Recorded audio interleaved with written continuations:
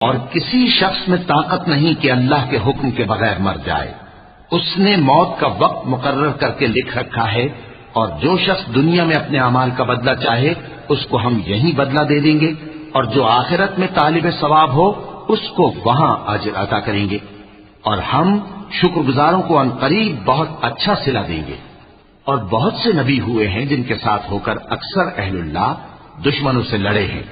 تو جو مصیبتیں ان پر اللہ کی راہ میں واقع ہوئیں ان کے سبب انہوں نے نہ تو ہمت ہاری اور نہ بزدلی کی، نہ کافروں سے دبے. اور اللہ استقلال رکھنے والوں کو دوست رکھتا ہے. اور اس حالت میں ان کے منہ سے کوئی بات نکلتی تو یہی کہ اے پروردگار، ہمارے گناہ اور زیادتیاں جو ہم اپنے کاموں میں کرتے رہے ہیں معاف فرما، اور ہم کو ثابت قدم رکھ اور کافروں پر فتح عنایت کر.